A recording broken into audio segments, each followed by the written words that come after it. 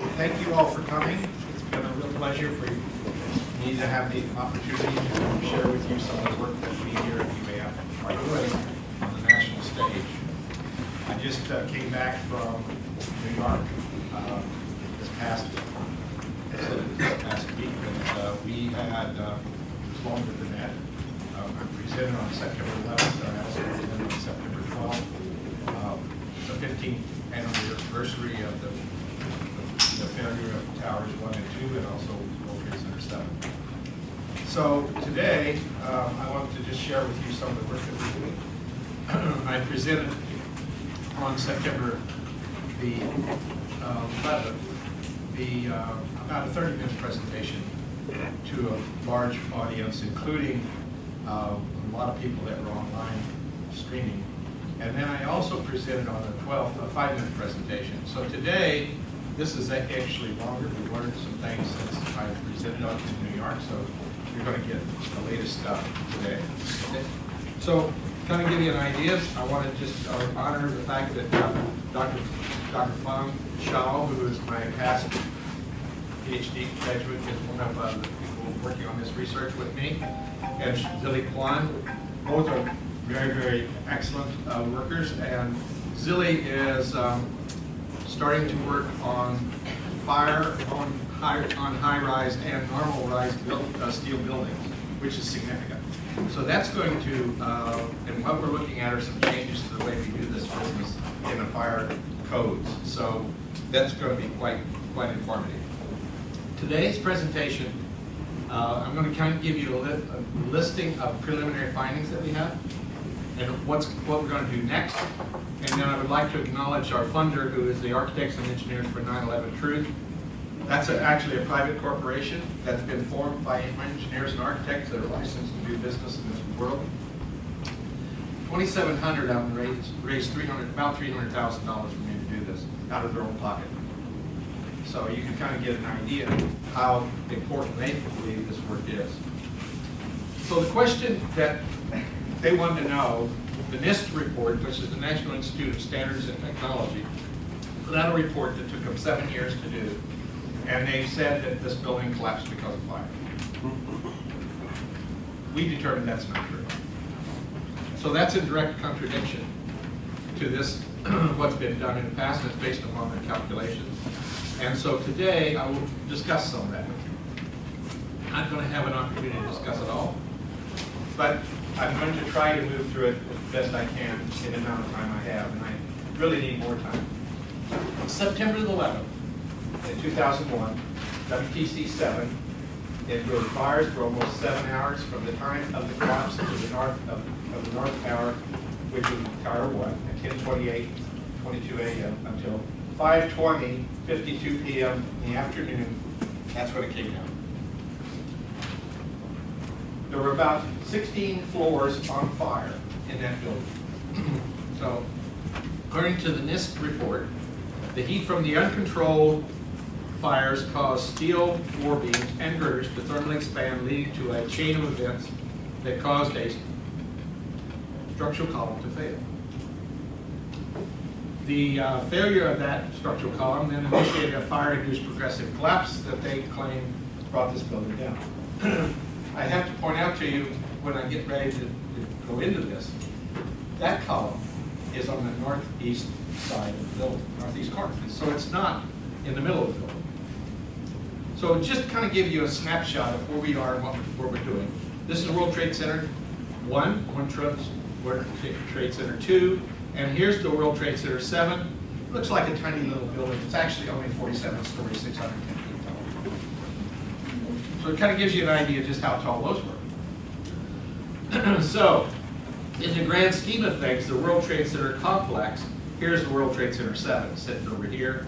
You can see, if I don't know if that you can see, but landing gear landed over here. There was a landing gear here, some other pieces from those airplanes. Those are the collapses. But there was debris and so forth that landed on World Trade Center 7, which produced the fire. In a plan view, you'll see World Trade Center 7, here's WTC 1 and WTC 2, 3, 5, 4, 6. So there's a fairly there were 7 buildings in this complex.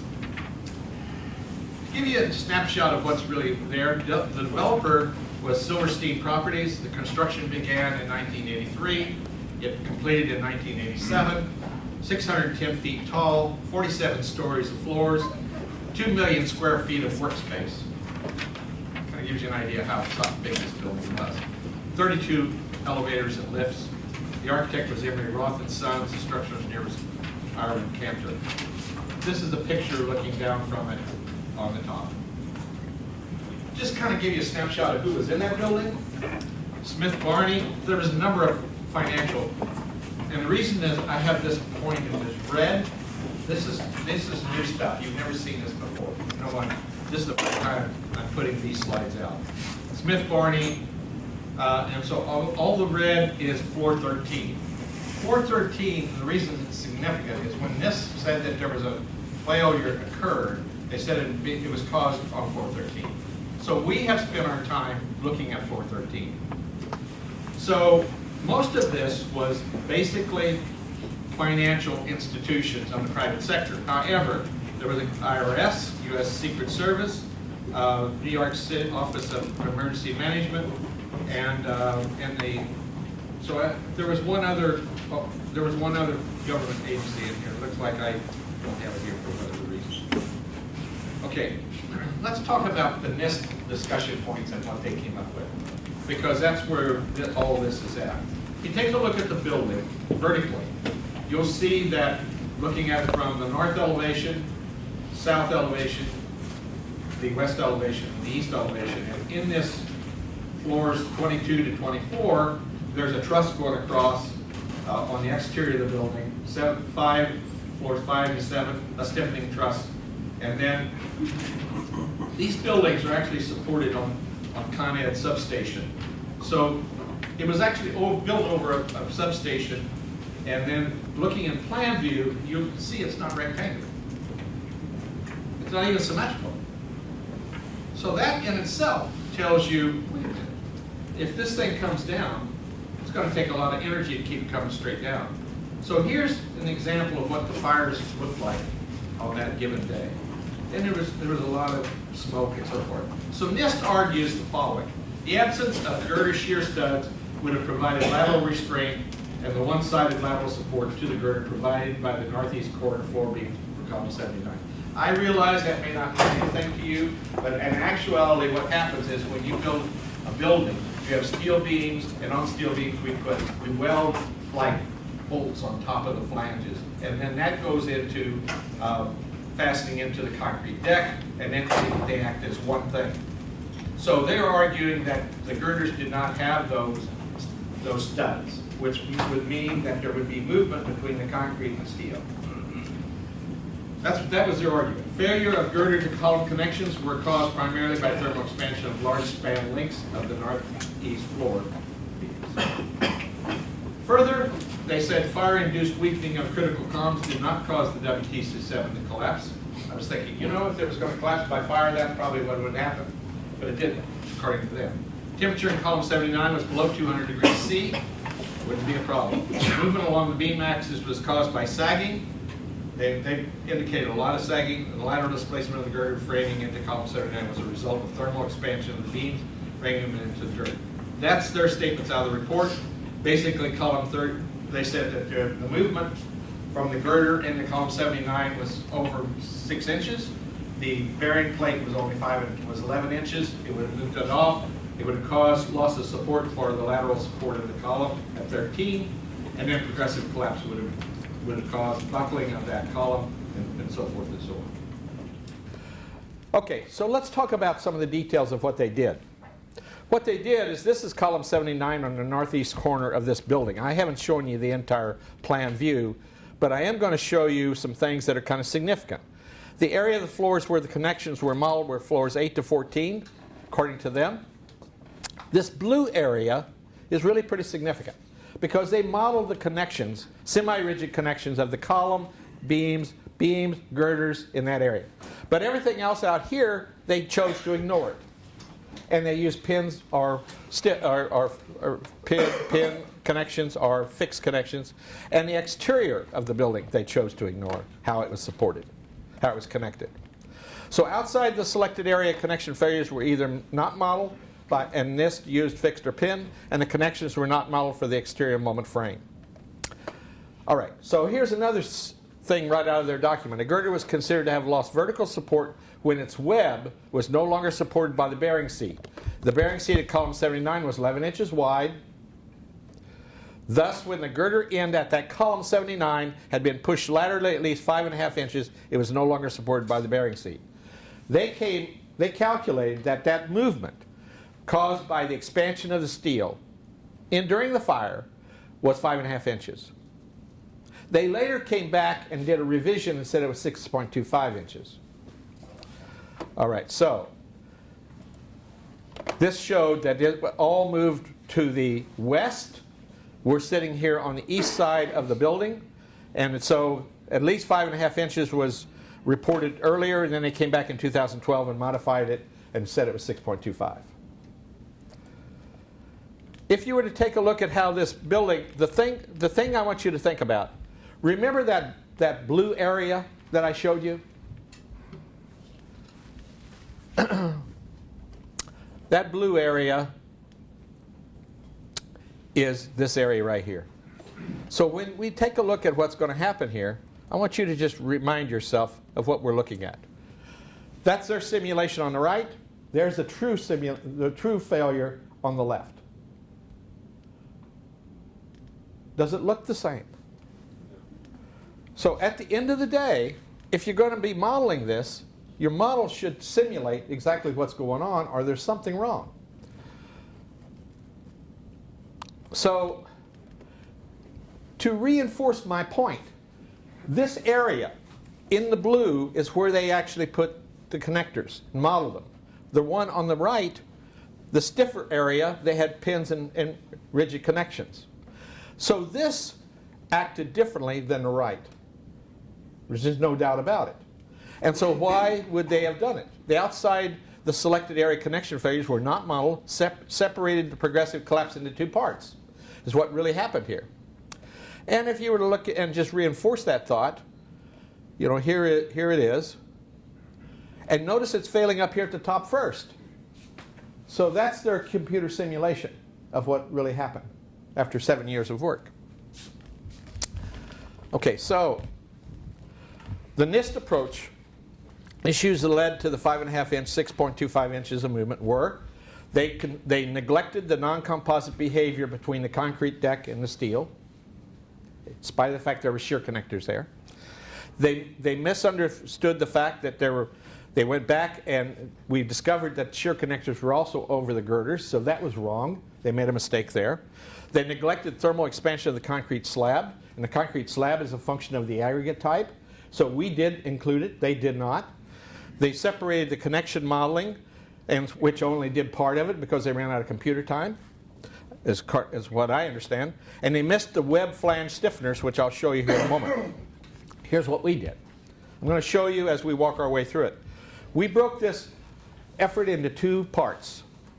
I had Zilli Kwan working on Sept 2000. I had Dr. Shaw working on ABACUS. We wanted to take and develop a quality control plan by which each one of these people, including myself, every day we meet and we determine what we find that day and see if we get comparative results between two different approaches, two different models, and evaluate what's going on here. And so every day we have a quality control relationship by which we look at that. ABACUS, we developed nonlinear springs for all the structural connections, which is, and I'll show you here in a minute what that means. But really, to try to model a 47-story building this complex, and by the way, I'm not impressed with the complexity of this design. But being that complicated, putting it into a virtual computer model is huge.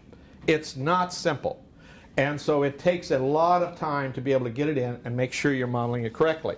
So what we've done is say, we're not going to deal with some of those issues. We're going to replace all of these complicated connections and all the things it's going to take lots and lots of time, and separate them out and replace them with springs. And if that spring behaves the same way that connector works, then the system is going to function the way we want it to. So I'll show you how we did that. So we developed nonlinear springs for the structural connections. We looked at taking this highly complicated floor system, which had flutes in it, which means that it's different in one direction than another, and which are stay-place forms. In other words, the forms are such that they look like this, if that means anything, and there's not concrete is not fully filled. They have voids in it to save concrete space when they're sitting over the steel beams. In the other direction, they're solid. So you end up with a complicated thermal transfer. You end up with a complicated structural response system. And so we replaced all of that by an equivalent system that would be much faster to work with. We looked at floors 12 and 13 to address, first of all, that's where we are, address the issue. Did this thing fail because column 79 lost its lateral support? Sept 2000, floors 12 and 13, we looked at that, and now we have a model all the way from floor 3 to 47. Why floor 3? Floor 3 sits on a substation. Substation, this building was built on that. Fire NIST fire models, we used those. We did not go, we did do some modeling of fire, which was more, but we used the worst fire models that NIST had available to see if we were going to get the same results that they had. We did all the heat transfer work using SolidWorks. Okay, what about the steel framing? The connections to columns and beams and girders were modeled by the nonlinear springs, as I mentioned. I said that's all in progress right now to finish all 47 floors in Sept 2000. So over the next few weeks, we'll have those in, and then I'll share with you what we're going to do. Substructuring frames and concrete were used to minimize computer time. I've mentioned that. So in the heat transfer, this is something I'm going to mention because a lot of people have criticized others for doing this work. We've looked at the heat transfer for the floor tile on the concrete. We've looked at the influence of the welded wire fabric in the concrete, the stay-in-place forms in the concrete. We looked at airspace between floor beams and drop ceiling, the fire protection versus no fire protection. We've evaluated every situation we can think of that could possibly occurred and looked at the worst conditions as well as the best conditions and bounded the problem. So then bounding that problem, we looked at equivalent concrete conductivity and expansion accounting for dolomite aggregate, which is the aggregate that's typically being used in the New York City area. So we then, and I'd written a paper some years ago about getting conductivity and expansion characteristics for concrete using different aggregates. We looked at the influence of the welded wire fabric and the geometry of the section to make sure that we had everything correct. This is directly out of the NIST report. This is at column 79. Shows us this girder framing into it. This is a column with steel plates. This is looking down on top of that section AA. And you'll see that this is pretty straightforward, except they forgot to include in their model the stiffener plates. We did include them. So that's kind of significant, actually, because if the stiffener plates are not there, it could cause local buckling of that web. And here's the beginning of what you see, how we are actually modeling all of this. This is an abacus model. And it's so sophisticated that we can actually model every little piece of this, and I'll show you how this is being done. This is actually a connection right here in the red in plan view. Over here on the left, you'll see the response under the load. And so we're looking at shear, we're looking at moment, we're looking at torsion. We're looking at all of these individually to get the response of that connector. Then we plot that nonlinearly, and then we take those nonlinear responses and put it in the computer program. I realize I'm maybe getting too complicated here, but so we take every one of these connectors is just another example of one. I just wanted to show you how we're doing this. It's kind of impressive that we can take this thing and break it out into this complication and then throw it all away and use the load curve I've got, you see. And that's what we're doing. And this is the load curve. There's more of it, and just kind of an examples of that. This is a model of Sept 2000, all 3 to 47 stories and what we have to do is finish our connectors in there, and then we've got it ready. Just kind of a snapshot of what we've done to try to make sure that we're consistent and correct. We've looked at the material properties of what this building was built by. We've taken the look at the steel with all the latest publications into what they should be used for as in terms of mechanical strain, mechanical properties, thermal properties, and so forth. In terms of the concrete, we know what the concrete was. We don't have any material data on it, but what we've done is try to do the best we can with respect to what is known in the literature about a 3,500 psi concrete and knowing that we have a dolomite aggregate. Okay? So then we've looked at the thermal response of the materials, steel versus temperature in degrees C, so that knowing what that temperature is at a given point in time, we can calculate what that material modulus might be and see how that steel beam or column or whatever, how it might be responding to those conditions. Here's the plot of column 79 and how its capacity changed with respect to the temperature, and its temperature was at 392 degrees F. So it didn't really change much. Okay, here's the NIST fires. These are the ones we used because they're the worst conditions for floor 13 at column 79. And I'm going to show you here in just a minute. So this is kind of our model. This is looking at the floor system. These are the elevator shafts, these holes. And over here to our right, in this area right over here that I'm showing you, is column 79. So this is east, north, south, west. Okay? One of the things that I want to share with you is here's column 79, and we have some movements here. I really don't want to talk about that yet. I do want to talk about this. At column 79, we ended up with 1.85 inches of movement and about 0.94 inches to the north. So it moved to the right and moved to the north. What people forgot, and I think that this happens too many times, not really understanding thermal response very well, is that so if you heat something up, and I mentioned this in New York, if you heat a piece of steel up and you have one end, you're holding one end of it. I mean, you aren't going to do that, but assuming it's fixed, it's going to expand to the right if it's on the left because it's free to move to the right. If you lock the other end and let the other end be free to move, it's going to expand to the left. If you lock both ends, it's going to try to tear itself apart. If you let both ends be free, it's going to expand around the point of stiffness, wherever that's at, and it's probably going to be the centroid of that spot. So the deal is, when they analyzed it, they didn't figure out where it's moving about. There's a point of stiffness in here where everything is going to move. And so pretty much, it's not going to be moving much around this spot. As it turns out, it's moving a lot of other places, more so. So column 79 and floor 13 only moved 1.85 inches using abacus. And I'll show, and it only has about 3 inches of sag, and I asked my student to take and see if he could find it last night, but I understand that their sag was around 2 feet. Ours is only 3 inches, and I can tell you one of the reasons why. They got rid of all the concrete. They assumed there was no concrete helping them, only looked at the expansion of the steel. That's not what happened. I mean, there was concrete there, there was steel there, they worked together. I swear to God, you can't get rid of it once you got it up there. So it's going to be responding together. And so we ended up with 3 inches of sag vertically for a W24 by 55.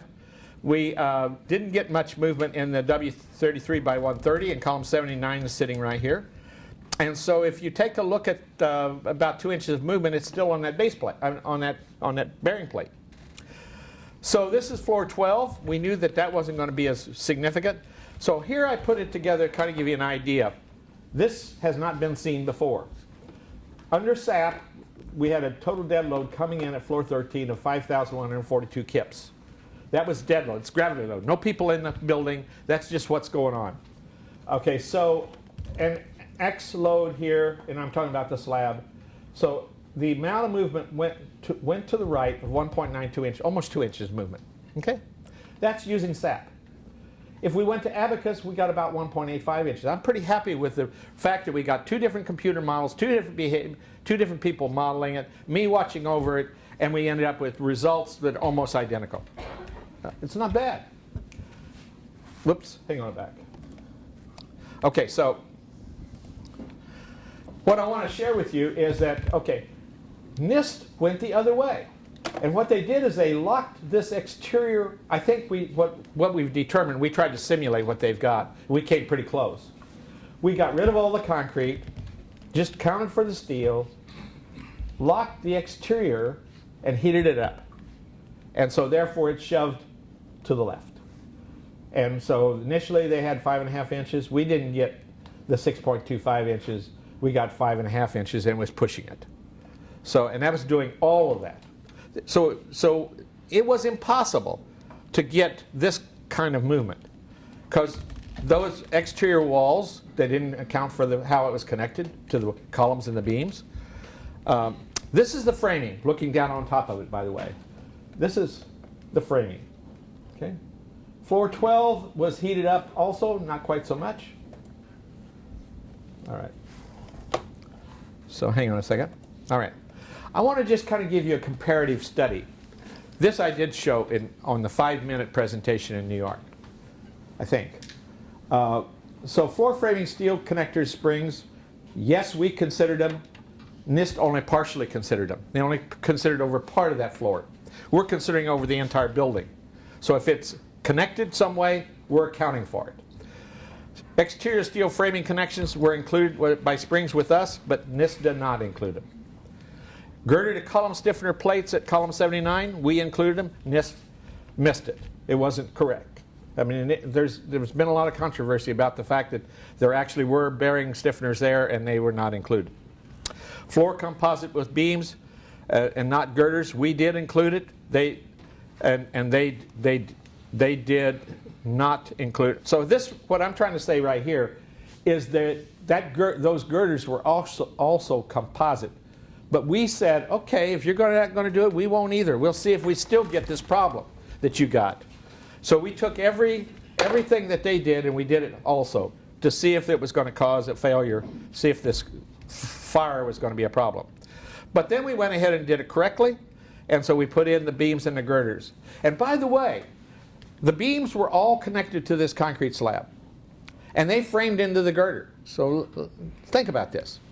So if they can't move very much, and they're framing into the girder, whether the girder had shear connectors or not didn't matter.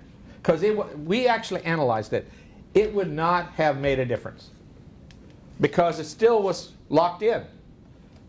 So, thermal expansion of the concrete deck, we included, they did not.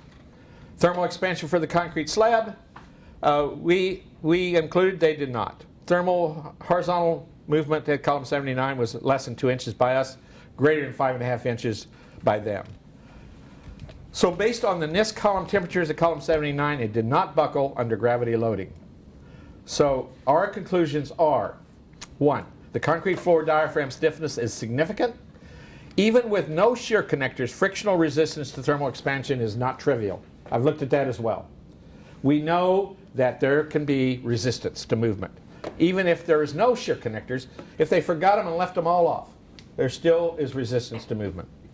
Thermal expansion of the concrete deck cannot be ignored and is likely less than the steel. The value is highly dependent on the type of aggregate. And we know, because we had a dolomite aggregate, what that value is pretty close to being what it should have been. The research team evaluated fire by considering airspace below the beams and the space between the drop ceiling like this and the steel above it. We looked at, and by the way, it's going to go right through that flame, right, pretty quickly. And so that stagnant airspace is all of a sudden in contact with the steel pretty quickly. But then it does make a difference, though, if you got that drop airspace and the fire is from above, going through the floor. See, because the flame is on the other side. So unless you have flame on both sides, that makes a difference. The result is that the fire underneath will likely burn through the drop ceiling quickly, and its resistant heat transfer is likely not available to help. The NIST vertical collapse was not consistent with that of the actual collapse. The difference was primarily influenced by not modeling a significant portion of the structural framing connection details, and it may even be worse than that, because now we're starting to find some other things that I just didn't expect to see. What's next? Well, here's what's going to happen next. We're going to finalize placing all the springs at every floor in Sept 2000. We are going to then do simulations of failure. What actually could have brought this building down to produce what we do know that it had basically a physicist has plotted to find out that it actually had a free fall. I mean, if you plot the time from the point it starts moving at the top to the time it gets down, it's a free fall movement. And it's a straight line curve, almost exclusively. We will conduct a progressive collapse caused by various conditions. One thing that's not looked at previously is I believe that there's a possibility. What if the failure occurred at the substation level? In other words, there's no support whatsoever in this building. And then if you lose that first, then the rest of the building has to come down. So that's what I'm going to look at. We're going to take a look at shock waves imposed by the falling debris from towers 1 and 2. We know that they actually did. There's even indication that, from what I'm told, that there is damage caused by the debris striking these columns and members, and we'll take a look at that. I have intentionally not read anything, and I've refused to read because I don't want to be influenced on this analysis by people's perceptions and feelings and this and that and the other. So I'm trying to take the science and let it drive us where we're going. But if there was damage to those columns and there's actually evidence, documented evidence that could have been, we will take those and put that in there to evaluate it. We're going to look at the radiant heat from the towers 1 and 2 that may have had some influence on this building external structure. We're going to take a look at the shock waves that may have occurred when buildings 1 and 2 came down and may have been imposing loads on this building. The idea here is to not leave anything not evaluated.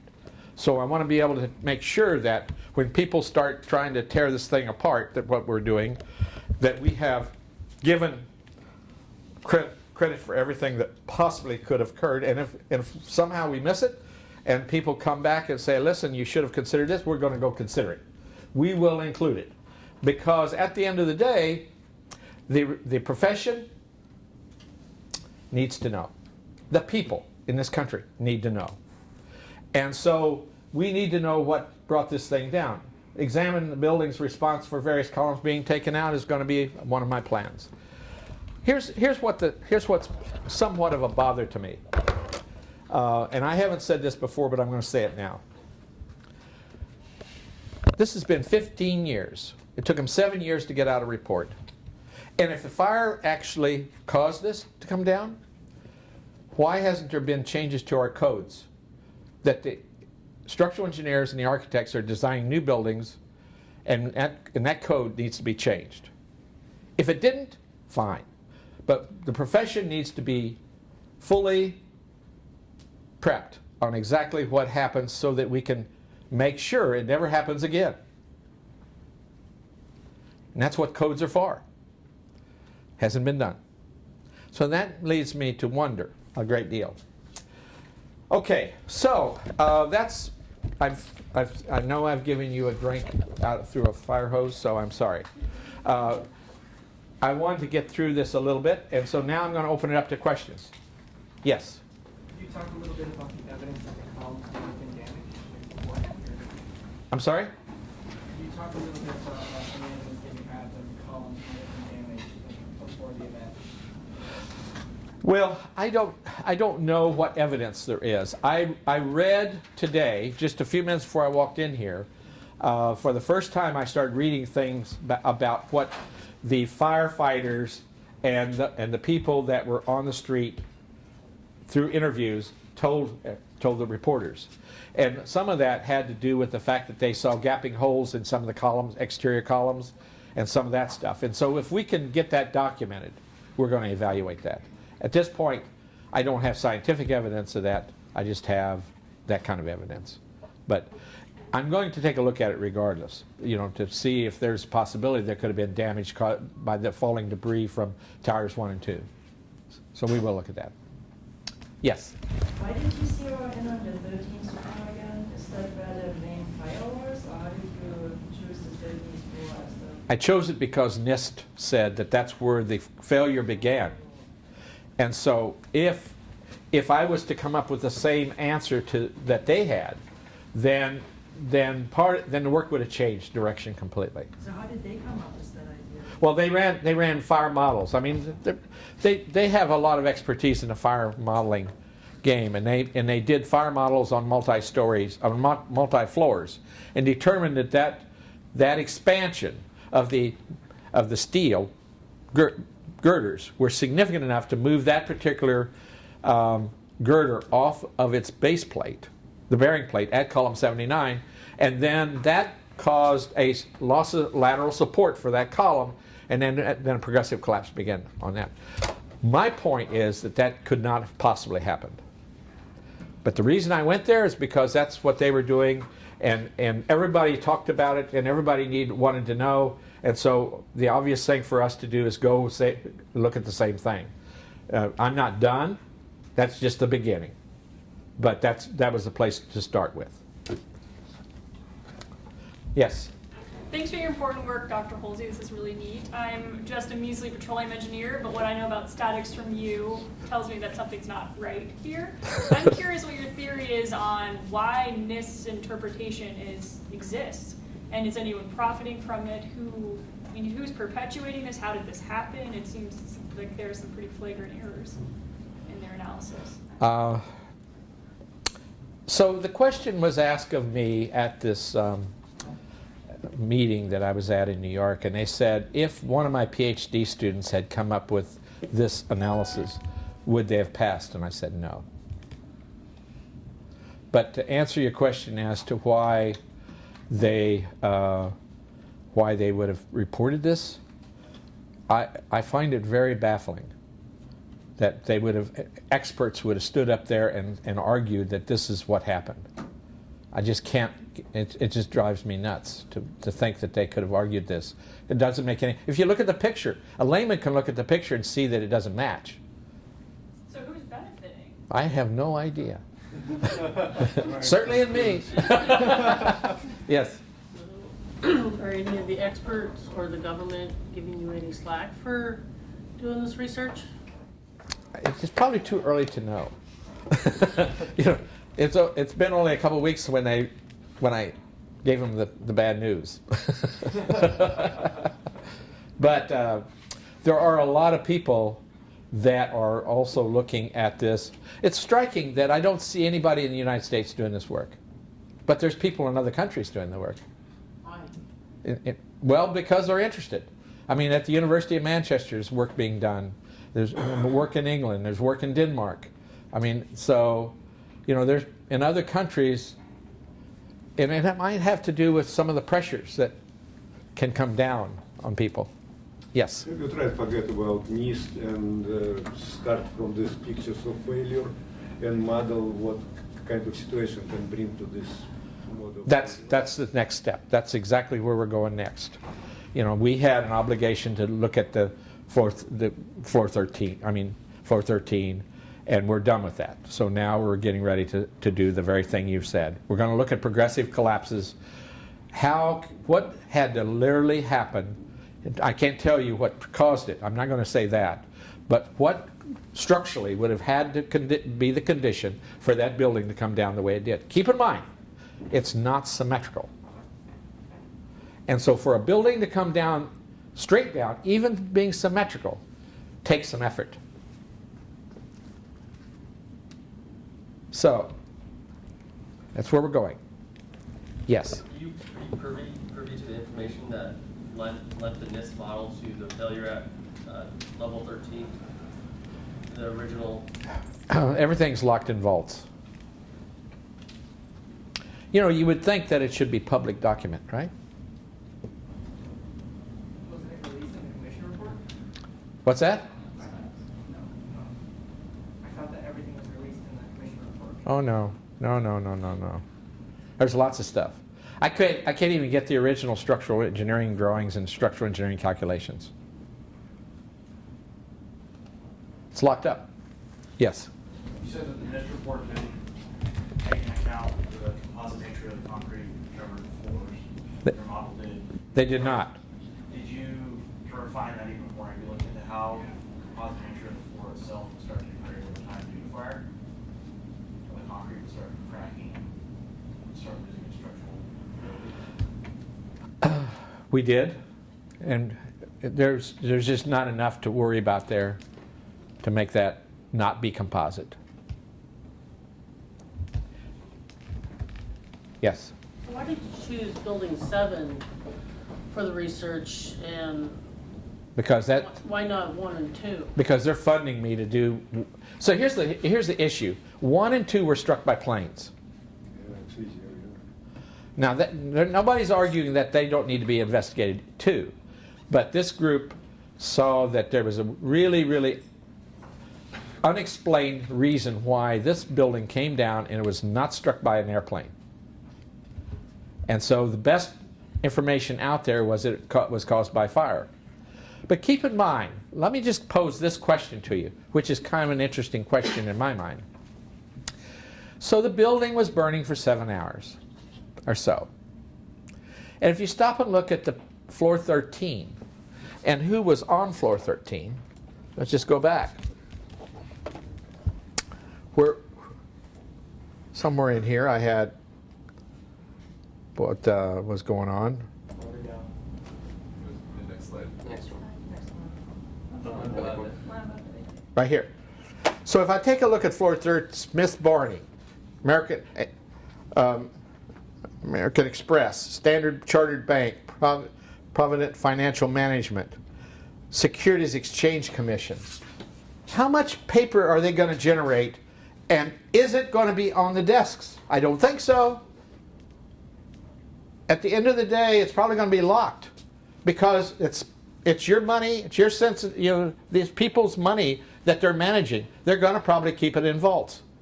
So how much stuff is going to be burning on that floor? And for 7 hours? Come on, give me a break. So there is a issue about even that question is hard to actually justify. So we took the worst conditions and said, would even that have produced a problem? You follow what I'm saying here? I don't see any stacks of pallets to burn in that floor. And how long did it take that to burn? I don't think, did it take 7 hours? Probably not. So you can imagine that, how long is it going to take for that flame to be running like that? I think if you stop and think about it, I don't see where that could have even. I think there's some arguments to be said. Okay, and keep in mind that the steel was actually fire protected. You know what that means? They had insulation over the steel to keep it from having a problem if a fire hit it. They also had sprinklers. Now the sprinklers were questionable because they were using so much water on 1 and 2. How much water was available on 7? Don't know.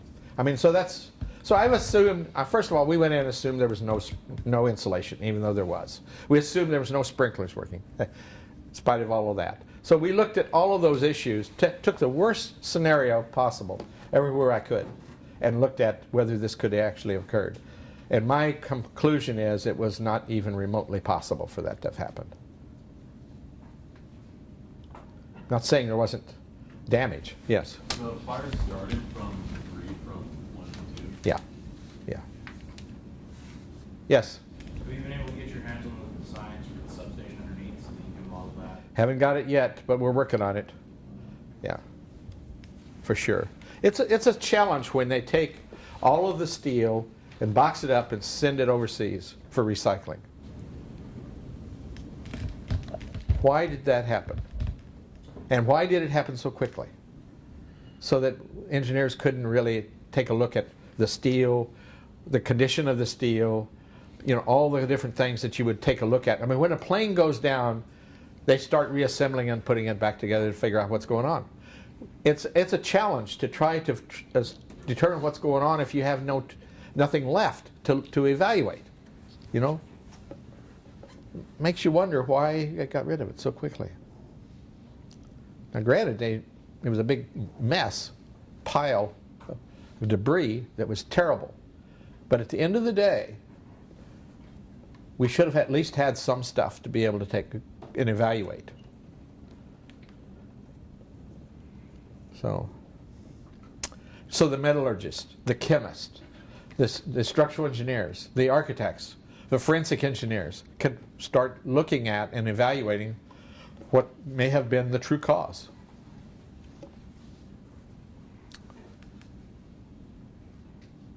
When I get done, I probably won't know the true cause, but I will know probably what would have produced it to come down that way.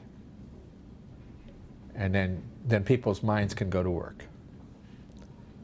So How long do you think that'll take? I'll be done by May. Yeah, we think we can do that pretty quickly. Are you aware of the fact that one of the structural engineering organizations in this country just released a paper on this kind of stuff? And they looked at the pattern the building came down, and it's the same pattern as a building has that is being demolition. There's been more than one paper that's been put out on that. But yes, yeah, and I haven't read it. I'm not going to yet. Because keep in mind, and I've said this many times from the day I started this, I'm not going to be influenced by these different ideas and articles till I'm close to being done. Then I'm going to go back and we will scrutinize everything that we've done. The other thing I've said, and we're putting together a peer review committee.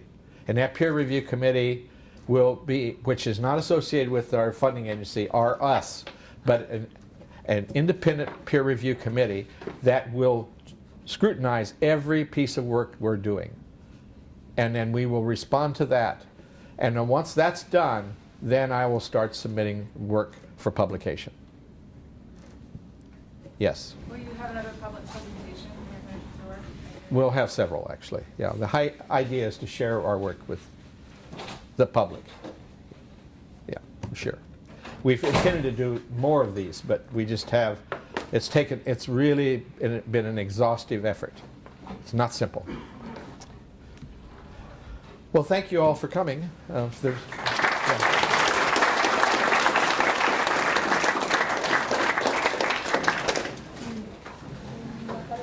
The room 79 looks like important for one part of the building, but not for right. Yeah, it's just crazy. This is getting handed out. I'm going to give my mom an example right now of gloves. Really? Well, I'm on YouTube.